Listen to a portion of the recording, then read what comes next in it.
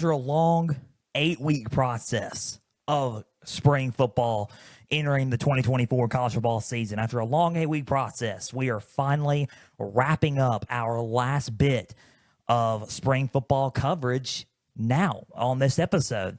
Our last bit of spring results are happening now after a long week. And as I say 8 weeks, as in I'm mentioning the spring outlooks as well. You tie all that in together with the spring results. We are finishing up our last bit of spring football coverage that was started mid-March all the way through April, all the way through May. We are now entering June, and we are going to get rocking and rolling with some more college football action for off season, but not spring football. We are done with spring football. Guys, we're wrapping it up today. Let's get it started. With that being said, I keep saying it. I say that all the time in the intros, and a lot of people, keep on, messing with me about it. So you know what? Might as well embrace it. Might as well keep saying it. With that being said, welcome to Pigskin Frenzy on this wonderful Tuesday afternoon. Thank you for joining us. I'm Joel Norris, and whether you're watching on YouTube, listening on Spotify, listening on Podbean or Apple, a big thank you for taking some time out of your Tuesday to just sit back, watch, and listen to some college football coverage presented by me. Now, if you're watching on YouTube, subscribe to the channel, like each episode, leave comments down below. Spotify, Podbean, and Apple, all you have to do is just share around with others and follow on there as well. X, Instagram, and Facebook, just type in Pigskin Frenzy. Follow, like the pages there. You're going to get episode updates. You're going to get news and highlights from across college and NFL football on X. You're going to get trivia questions on Instagram stories. Go and answer today's college football question, as well as all things up to date for Pigskin Frenzy. Guys, if you want another place to go and check on updates for Pigskin Frenzy, go to the website, www.pigskinfrenzy.weebly.com. There you can find a lot of things, actually. You can find a Home and About Me page to learn more about me. You can go to the platforms page and also pick out which platform you want to listen to this show on by checking out the website, as well as our affiliations page, which brings us to our partners at the Beard Club. Guys, if you need a great shave and you need to look good, you need to look good for, for a night out with your significant other and significant others of your male counterpart. If you want your man to look good, you're listening to the show right now. You come to the right place, and you're at the right part of this episode to just digest and dive in to what I'm telling you right now. And just listen and just take in the information that I'm telling you right now. The Beard Club is where it's at. You can get what I like to call a beard grooming kit, a beard grooming kit a beard grooming kit, and you can groom your facial hair. You can style it up real nice with beard balm, beard and face wash, beard oil, boar bristle brush, you name it. You got the beard grooming kit, and you can have it with, obviously, the Beard Club. And there's also other products you can get singly. A razor, you can get a loofah, 2-in-1 shampoo and conditioner, body wash, you name it, all at the Beard Club. Just go to my website, www.pigskinfrenzy.weebly.com. You will get all your products there. You can click on the affiliation page on my website as well. And once you go to that website, you can go to the Frenzy website. You can click on the affiliations page. You can go to the page and click on the logo, the Beard Club logo. Click on it, takes you straight to the Beard Club site, and you can order your products there, as well as my link tree. Go to all my social media platform bios, X, Instagram, and Facebook.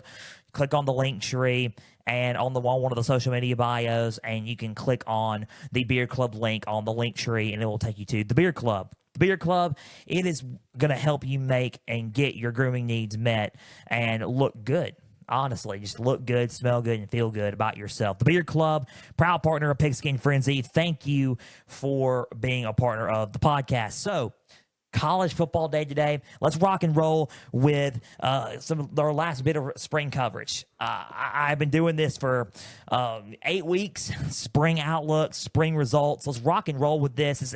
It's been an exciting coverage. Obviously, I'm excited about spring football. I always get excited about spring football, but we got to move on. We got to get to more parts of the off season, and we're going to make an announcement about what's going on for June and through the rest of the offseason coming up for college football Tuesdays on Pigskin Frenzy. It's going to be exciting. I'm excited. I'm ready to rock and roll with the show. So not only that, I hope everyone had a great weekend also. It's Memorial Day. This episode is going to be dedicated to everyone who has sacrificed for us, in all branches of the military. And this episode is going to be dedicated to you guys. So thank you. And, just for everything that y'all have done. And this one's for you guys. So, for this episode, we're going to talk about spring results, and we're going to get down into the last bit of spring results based off of our spring outlook order. And what better way to end it than some newly aligned conference members? I'm talking about teams from the Big 12. I'm talking about 2 teams from the Big 10 as well. One team remains in the Big 10, obviously, at the end, but the other 3 teams have moved conferences. We got 2 teams from the Big 12. I'm talking about teams out in Tucson and out in Boulder. Not only that, we got in the form of Arizona Wildcats and Colorado Buffaloes, as well as the team out in Seattle and Washington Huskies. They're in the Big 10. And we go back to Lincoln and we go to Cornhusker country in Nebraska. A lot of exciting things coming out of Nebraska. And y'all, we're going to talk about that at the end of the episode with Nebraska. Honestly, Nebraska kind of shocked me a little bit. I'm going to be real. I'm just going to say that right now. Nebraska kind of got to me a little bit. I was surprised. And I'm going to tell you why when we get to Nebraska. But with our spring results, let's kick it off with the Big 12 members. With that being said, Arizona. We're going to kick it off with Arizona. Then we're going to go to the Big 10 with Washington. Then we're going to go back to the Big 12 with Colorado. Then we're going to end it with Nebraska. So let's go with Arizona and their spring results. So Arizona, new coach Brent Brown, and he is now a part of the Arizona program after being with the San Jose State Spartans for a long time. Now with the Arizona, Brent Brennan now with the Arizona Wildcats. His first spring game going to do a tougher conference. It is the Big 12. And it's a Power 5, going from a Group of 5 to a Power 5 school. It's understandable that things might not go right off the bat round 1. But honestly, a lot of the players from Jed Fish's offense is still in Arizona, like Noah Fafita, like Tataroa McMillan. A lot of guys like that are still there. You got a lot of guys who are still there from the defense. And you got a lot of guys there who are just, really, really good. You got Jacob Manu, he's still there. You got a lot of a lot of guys just who are still there on that offense and on that team and on that defense who are still ready to play for Brent Brennan. Now, there's some guys who, Jonah Coleman, he went to Washington. A lot of guys have transferred with Jed Fish, but there's a lot of guys who stayed the course, as I like to say, stayed the course and stuck it out at Arizona. It's a different transition. You're coming off of a 10-3 season, an Alamo Bowl victory over Oklahoma. Jed Fish riding a big-time high. Arizona was honestly this close to making it to the Pac-12 championship game and the final Pac-12 championship game. They depart. Obviously, it happened all during the off season last year. Big departures and big conference realignment for a lot of schools, and they were one of them going to the Big 12. Different conference, different alignment. Jed Fish leaves to go to the Big 10 to coach at Washington to replace Kalen DeBoer, who went to Alabama, who replaced Nick Saban. A lot of coaching carousel moves that I just mentioned right there. You're thinking, whoa, as you're seeing me on YouTube with the mind-blown hands. It's a lot to process. It really is. It's a lot to process when it comes to coaching carousels, but Brent Brennan took the job. He is more than ready to rocking and rolling and ready to go for the Pac-12. They may be, the Big 12 rather. They may be a dark horse. They may be a dark horse for this conference or the Big 12. A lot of people are going to favor Utah and Kansas State and Oklahoma State, those 3 teams.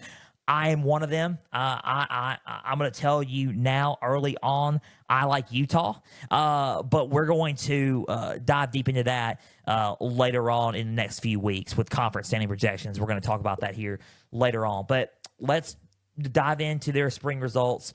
Everything's new besides the players, of course, but everything, the staff's new, culture's new. I wanted to see how the culture under Brent Brennan was going to be. And we got that. I think we got that with Brent Brennan.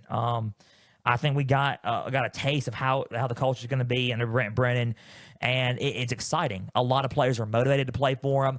He's a motivating coach. He's a passionate coach. He loves to coach football. He loves to develop players and try to make them the best players on and off the field that they can be, and that's the coach that you want to play for. So I like Brent Brennan. I like what he did, and he showed a little bit of his culture and how he's handling everything in this spring game, and that's the number one thing that I liked about the Arizona spring and spring results. I liked how the culture was different. I liked how it shifted, and I liked how everybody was motivated and ready to play for him. That is, like I said, that's the coach that you want to play for in all aspects of the game, on both sides of the ball, on all sides of the football, on and off the field. That's the coach that you want to run through a brick wall for. It's a guy that wants to develop you and a guy that wants to be there for you, and that's what Brent Brennan is. So shout out to him. Culture looks really, really good there. Number two that I liked was that Noah Fafita is still that guy. He is still the starting quarterback for the Arizona Wildcats. He is the most underrated quarterback in this season, and probably the prospects going into the draft next year. Noah Fafita is that guy. He is a solid passer. He's got a little bit of speed on him, which can help in a high-octane offense that Arizona run last year. They're looking to run it this year as well. Noah Fafita is that guy. He dropped a lot of dimes in this spring, and he looks good. He's the clear-cut starter for this offense, in my opinion. He is that dude for this team, and I like Noah Fafita. I like the decision-making. I like the crisp passing, the accurate passing, and what he did in this game. He looked good. He looked like he was one of the most underrated prospects and most underrated prospects in college football. So in the Big 12, for sure, everyone's going to be focusing on Avery Johnson. Everyone's going to be focusing on the outstanding redshirt freshman from Kansas State. They're going to be focusing on Shadur Sanders in Colorado. They're going to be focusing on Cam Rising. Who wouldn't focus on Cam Rising? And they're going to be focusing on Bowden from Oklahoma State. But keep an eye on Noah Fafita from Arizona. Keep an eye on him. Keep an eye on what he's going to do in the Big 12 and what he can present, what he can bring to the conference and in college football in general. So keep an eye on him. He looked really, really good. I liked his development. He looks like a clear-cut starter for this Wildcat football team. So that's number two that I like from their spring results. Number three, I liked how physical both sides of the ball were. I think they were very physical. I thought losing some of that edge and toughness that Jed Fish brought to the table was going to be a concern. But Brent Brennan is a tough coach, and he preaches physicality. So I like both sides of the ball. I think offensively they look good. I think defensively they look good as well. They present good toughness and bring elite toughness or one of the elite toughness to the game. I like Arizona and how they looked in the spring game and how tough they looked on both sides of the ball. I think physicality is a must, especially going into the Big 12. I think you need to be a little bit more physical than you were out west and in the Pac-12. Sad. That was their, by the way, Arizona baseball won their last tournament in the Pac-12, if you need reminding of that. That's a, sad thing there, but it's a remembrance kind of thing. So anyway, let's talk about this, not to get all choked up about the Pac-12, but Arizona, they look good on both sides of the ball. Defensive coordinator Dwayne Akina, he looked really, really good coaching this team on defense. The defense looks fired up. They look ready to go, and they look tough. So I like the physicality for both sides of the ball. For the offense and defense of this football team. So those are the three things that I liked from Arizona and this Wildcat football team. A few things that I didn't like. I thought that I think the secondary spot is kind of concerned a little bit. I think they look good, but not to the level of guarding some of these guys in Utah, in Kansas State, in Oklahoma State. We'll look at some of their schedule and who Arizona's got to play soon. But I think that they look okay, but not to the point where I think they could. The way they showed in the spring game, they look like they could. They missed some assignments. I think that's what's a concern.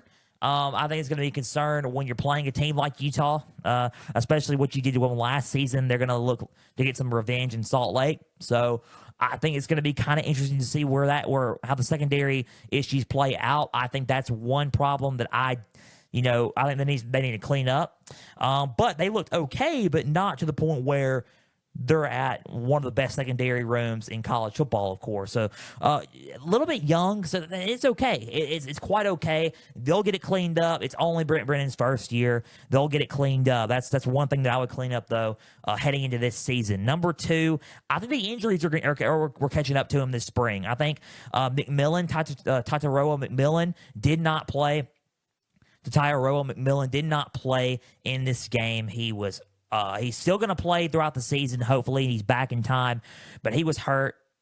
He was not medically cleared, but it was one of those things where you look and you're like, oh man, you need what you need is, he needs to heal and relax, but it's not a concern. What you need is this. You need to hear good news on a player like McMillan. He's one of the most elite. I would say he's one of the most underlooked and probably one of the best wide receivers in the game, in my opinion. So you would have to look.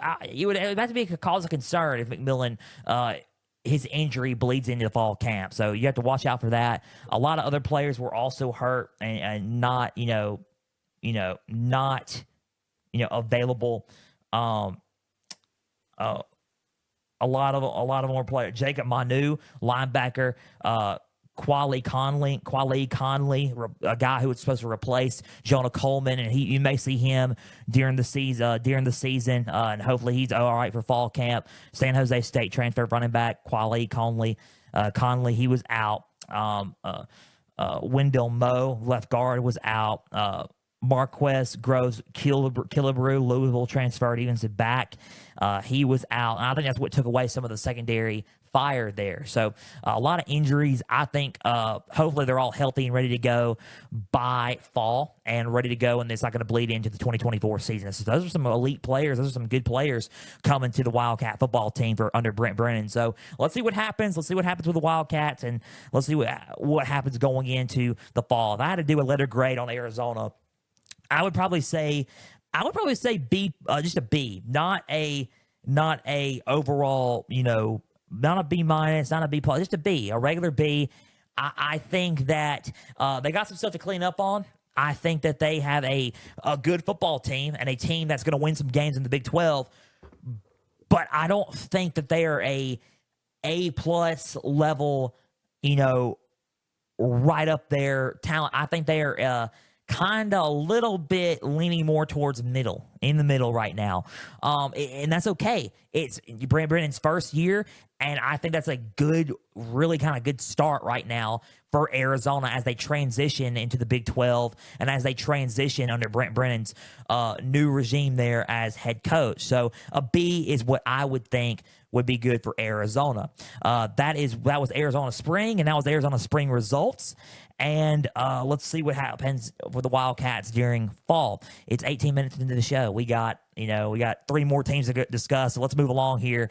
Let's talk about our second team. Let's talk about Washington. Jedd Fisch is the new head coach. Speaking of Arizona bleeding into Washington, Jedd Fisch, formerly at Arizona, is the new head football coach at Washington, replacing Kalen DeBoer, who went to Alabama to replace Nick Saban. So Washington coming off of a incredible season, incredible offense under Michael Penix Jr., under Kalen DeBoer, under Jamarcus Shepard, and under Ryan Grubb, under a lot of those guys, under Rome Dunze, a lot of those guys playing on the field, Jalen McMillan, Jalen Polk, a lot of those guys, Jack Westover, Dylan Johnson, a lot of those guys who are now off to the NFL and who are now gone from Washington. There's some guys who are still there, but a lot of guys who are either hit the portal or, went to the NFL. So Washington got a brand new team.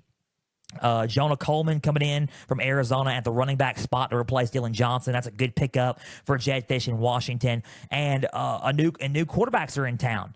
If you're Washington, under Mississippi State graduate transfer quarterback Will Rogers. I mean, that's pretty solid. I'm not going to lie right there. You also got another freshman quarterback in Desmond Williams Jr., freshman quarterback. He's a youngster, ready to rock and roll, and he showed flashes in spring early. So you got some guys in there that are pretty good. You got Denzel Boston, rather, excuse me.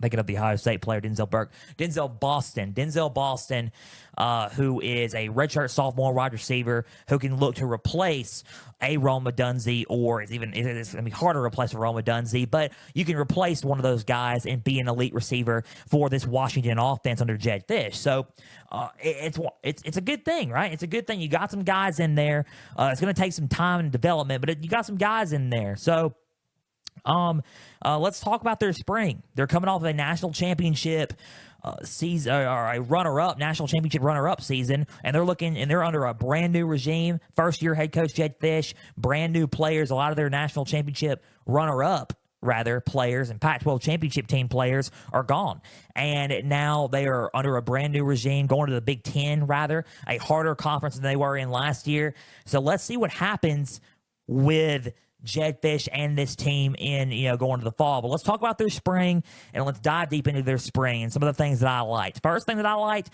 the quarterbacks. I think the quarterbacks are good. Number one, you got Desmond Williams Jr. He's a young freshman.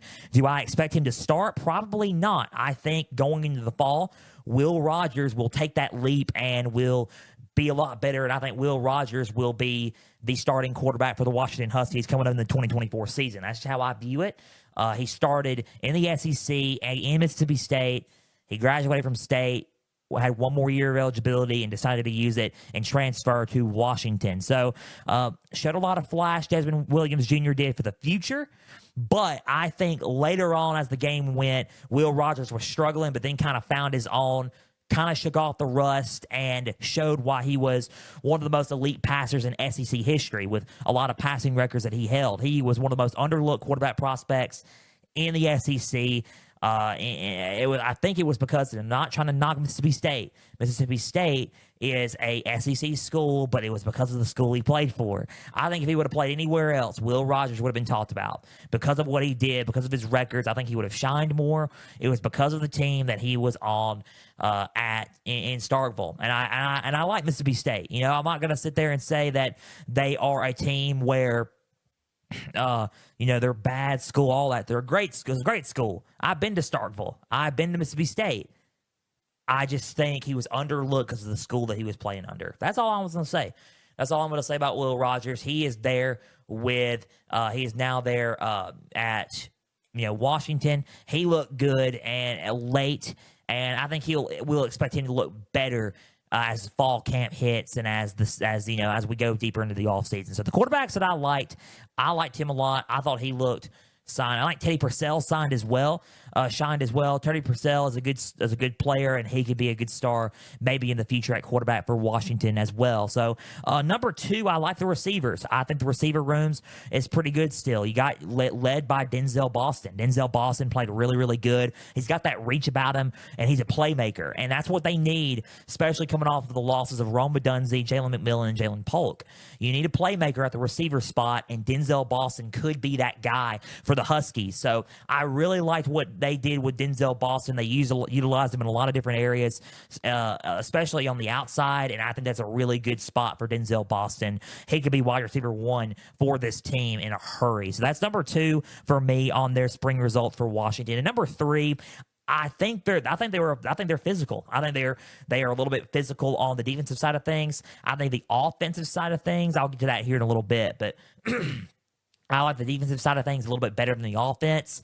I think the defensive line is very physical. I really like that, and I really liked how they were showing some toughness, and that's what Jedd Fisch preaches. He preaches toughness. He wants them to play tough. He wants them to play hard, and the defensive line played hard in this game. So that's what I really, really liked about Washington's,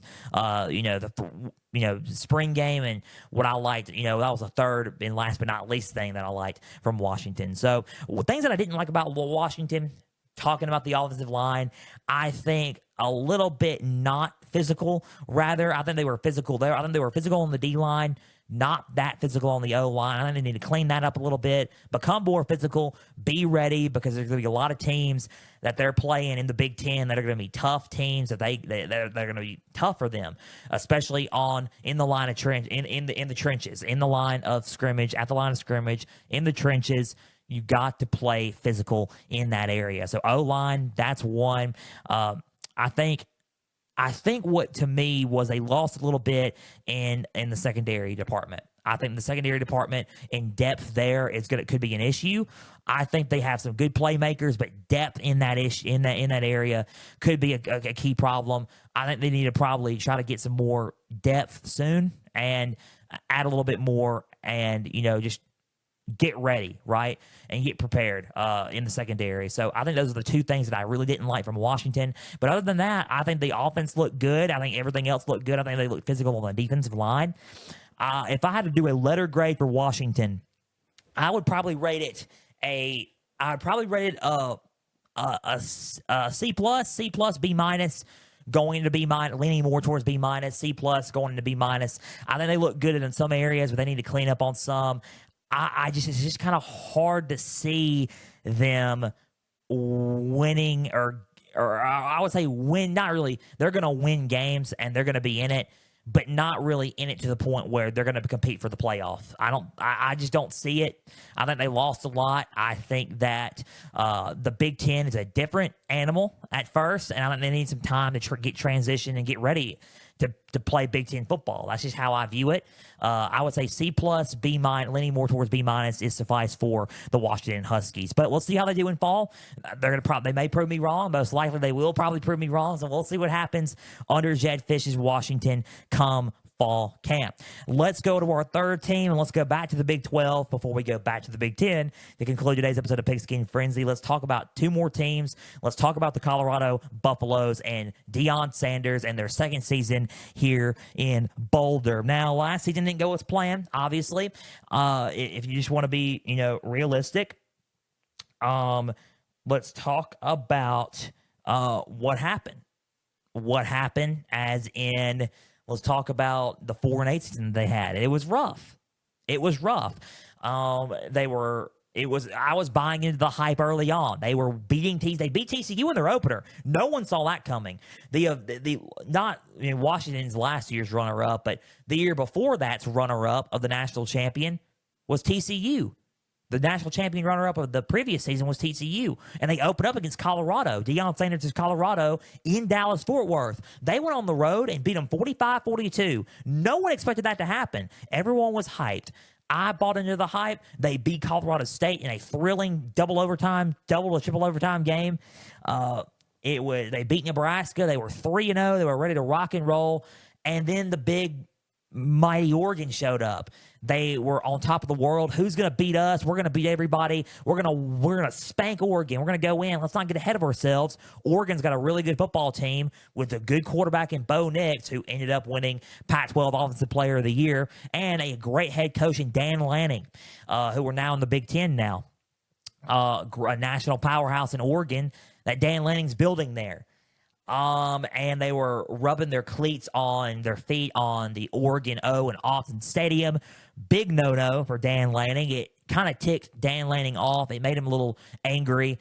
That was where the famous pregame speech when he said that we're fighting for wins, they're fighting for clicks, or we're playing for wins, they're playing for clicks, or something like that. And they ended up beating them 43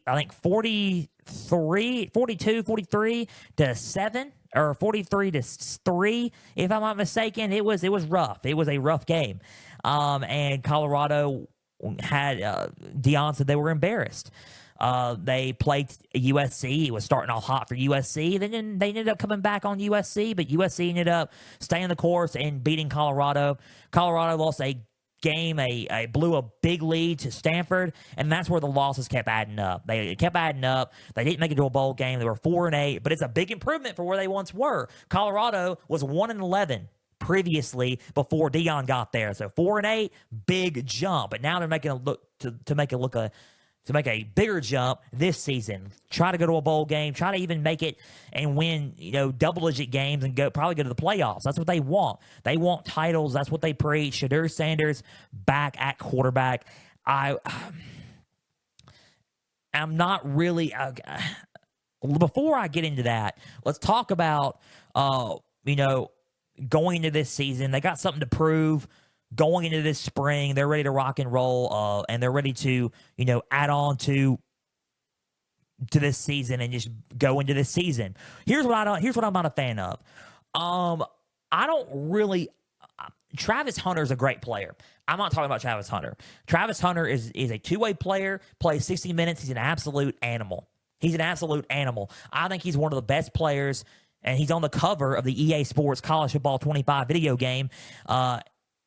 He's on the cover of it, rightfully so. He plays video games. He loves video games, and he's a star. He's a big-time college football player, going to be a big-time NFL player as well. Good wide receiver, good cornerback. He can play corner like nobody's business. I would expect him to probably play cornerback in the NFL. But Travis Hunter, solid player. Both two-way player, plays 60 minutes of football. He can do it. He can go. He's athletic. Insane amount of cardio, one of the best in college football. But when I think about Shedeur going number one, I just think he's a good player. I don't think he's a bad player. He's a good player. I just don't think he's the number one prospect in college football.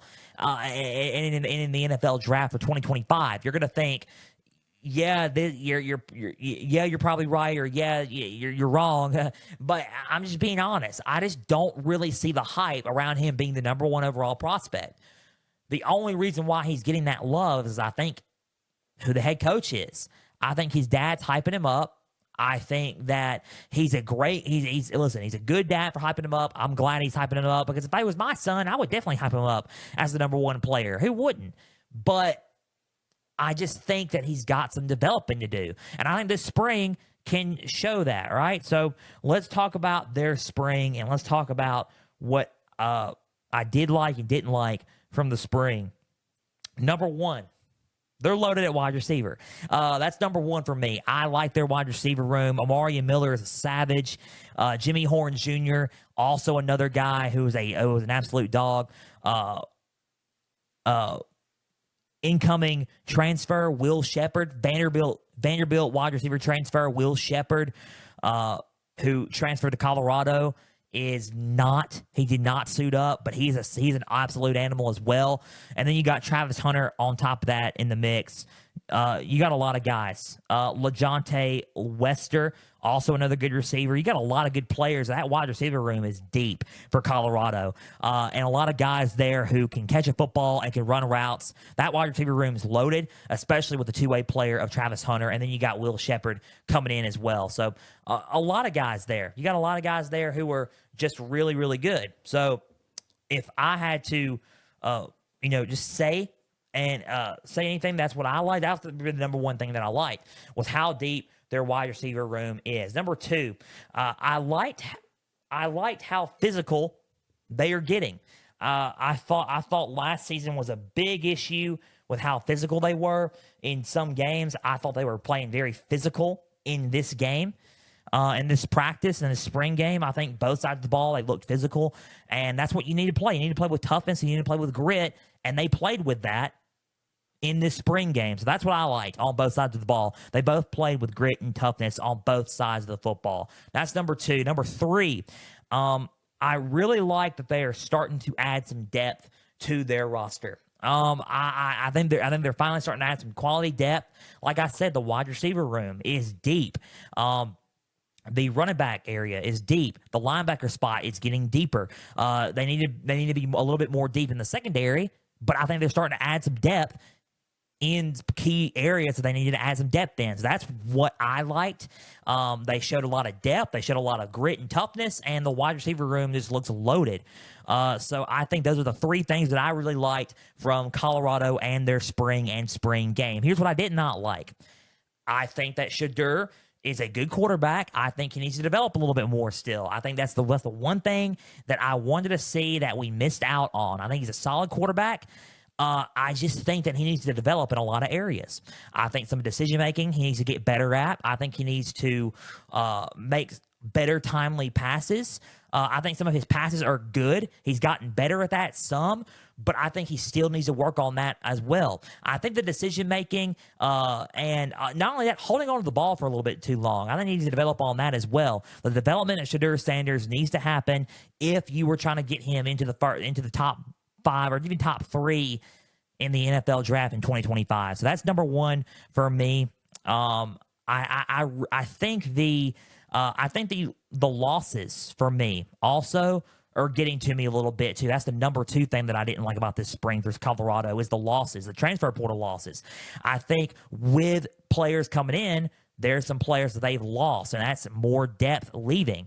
Guys like Cormani McClain, who just announced, actually, he is transferring to Florida. So Florida gains a good cornerback in the secondary in the SEC. So Florida, Cormani McClain, he's going there.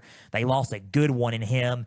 And a lot of other guys who are leaving to go to other schools. I think that's a huge issue for Colorado is the portal losses and the losses for their football program there. So I think those are the 2 things that I didn't really like from Colorado. Other than that, if I had to give them a school letter grade, I'd give it about a B+. I think they look good. B+ is suffice for them. I think they look good in a lot of areas. I think they need to clean up in a lot of areas, mainly in the development of Shedeur Sanders. I think they look good. In a lot of other areas as well, though. They lost Dylan Edwards. That's another loss for them. I just think the losses and the development of Shedeur Sanders bring me down to a B+. I think everywhere else is suffice for me for Colorado. I think they need to play a little bit more physical as they enter the Big 12, because it's going to be a tough conference for them to play in. I think they can do it, but they just got to show us and prove and step up a little bit and prove it. And we need Shedeur Sanders to play well. That's going to be key, because a lot of it's could fall on his shoulders. So that is the spring results in the spring game for Colorado, and that's what I give them as a B+. Last but not least, let's talk about one more Big Ten team before we conclude today's episode of Pigskin Frenzy and wrap up our spring coverage for the past 8 weeks. Nebraska Cornhuskers. And I said that they were a surprise team for me because they are a surprise team for me. I really was kind of not expecting them to play kind of well. But they did play a little bit well. I thought they played a lot better than they did in a lot of their games last season. They showed some strides on getting better and improving from last season. It's Matt Rule's 2nd season as Nebraska's head coach. I think they are showing some signs there, and they are showing and making some strides in leaps from last season. Number 1, changing the quarterbacks. And that is what I'm going to get to in a little bit. Number 2, playing with a little bit of toughness. So I think that's what I'm going to get to in a little bit. But I think some big things there are happening in Nebraska that we haven't really talked about. But I think maybe I don't think they're going to win it all. But we may need to start talking about them a little bit as Matt Rule enters his 3rd year. So let's see, right? Number 1, this is what I like from Nebraska. I liked how physical they were. They were tough. They showed grit. I like the physical and toughness from Nebraska. I think that's my number 1 right there. Number 2, I really like I like their secondary, and I like their linebackers. I think they look tough. They looked like they were ready to go on edge. They were locking down a lot of plays. I think they were causing some chaos in a lot of areas. I think their linebackers and secondary was doing really, really well and caused a lot of chaos and blew up a lot of plays. So good on the linebackers from Nebraska and secondary. Those key position groups are a must, especially as they were kind of struggling with that. Developing those key position groups, they need that. So, and finally, number 3, they needed a quarterback, and they found him with Dylan Raiola. Dylan Raiola, the Georgia one-time Georgia commit, flipped Nebraska, signed in Nebraska, and now he's Nebraska's quarterback. He is a absolute animal. He can throw. He can make perfect decisions, and he's a freshman. He is a freshman quarterback. He is the clear-cut starter. There's no doubt in my mind. I think this guy is the best quarterback they've had in a very long time. Hands down, he is the best quarterback that they have had in a very long time in Lincoln, Nebraska, and they're going to get him with Dylan Raiola. 5-star, fits the bill with him. He throws like a madman. He makes accurate decisions. Does he need to clean up some on holding on to the ball for a little bit long? Yeah, he does. He needs to clean up on a little bit of stuff, but he's a freshman. He's going to make some mistakes. But in a lot of areas, he excelled at in the spring game and showed a lot of flashes. To me, out of all the quarterbacks that they have in the room, he's the starting quarterback. I would name him starting quarterback right now if I could.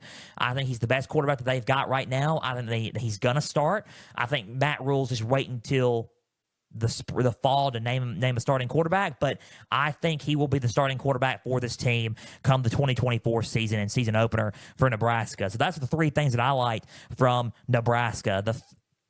The one thing that I did not like were injuries, of course. I think the injuries were adding up for Nebraska. There was a lot of key injuries there for the team, and I think that's what got to me a little bit in this spring. I think some of the style of play they were running, I think they need to be a little bit faster when it comes to a lot of plays. I think that in the offense they ran, I think they need to be a little bit faster. I think in Dylan Raiola's case, he's a quarterback that needs to run a little bit more of an up-tempo offense, but they'll get there. I think they'll get there. Those are the two things that I really did not like from Nebraska. But overall, I liked everything else about Nebraska, especially the emergence of Dylan Raiola at quarterback, how physical they were, and I really liked the linebacker and secondary and those skill positions that they have been developed tremendously. So what do I think about Nebraska and what do I give them in a letter grade? I give them an A-. I thought they had a really good spring, a really uplifting spring. I'm not going to sit there and say that they're the national champions. I mean, who knows in this day and age, right? But I'm going to sit there and say that they've developed tremendously, and I wouldn't be surprised if they catch a few people in games this season. So Nebraska, A-. That's how I view it, and that's how I think of, this spring game. So in this spring for Nebraska. So that just about really wraps it up. That was Arizona, Washington, Colorado's, and Nebraska's spring results and springs. That was their spring outlooks and results for the past 8 weeks. We have wrapped up our Pigskin Frenzy spring football coverage, and we are out of time on this episode. A big thank you for taking some time out of your Tuesday to just sit back, watch, and listen to some college football coverage presented by me. Now, if you're watching on YouTube, subscribe to the channel, like each episode, leave comments down below. Spotify, Podbean, and Apple, all you have to do is just share around with others and follow on there as well. Instagram, X, Facebook, just type in Pigskin Frenzy. Follow, like the pages there. You're going to get episode updates. You're going to get news and highlights from across college and NFL football. You're going to get trivia questions on Instagram stories. Go and answer today's college football question, as well as all things up to date for Pigskin Frenzy. Guys, check out the website, www.pigskinfrenzy.weebly.com. Go and check out everything at the Beer Club through our proud partners of the Beer Club. Thank you for making everything possible. Guys, this Thursday we'll be back with another NFL edition of Pigskin Frenzy. We'll keep everybody up to date with the all-season workouts and talk about everything going on around the league and the NFL coming up Thursday. Guys, next week, for next Tuesday's edition of college football episode of Pigskin Frenzy, we finally start it. We finally start our conference standing projections. I said that we were going to start it. We're back doing it. We will kick it off with an overall group of five ranking. I'm not going to go into each type of conference for the group of five, but we're going to talk about who will finish the highest and could potentially earn that 12-man playoff spot in the group of five. So we're going to talk about that. We're going to talk about the group of five next Tuesday as we go on and then start our Power 4 conference standing projections for Pigskin Frenzy in the month of June. That just about does it. We start that next Tuesday. We will see you Thursday for an NFL edition of Pigskin Frenzy, and then next Tuesday for college ball edition of Pigskin Frenzy. I'm Joel Norris signing off. Hope everyone has a great rest of their Tuesday. Happy late Memorial Day. Hope everyone had a great weekend. Guys, for everybody out there, we'll see you Thursday. Please and always stay the course.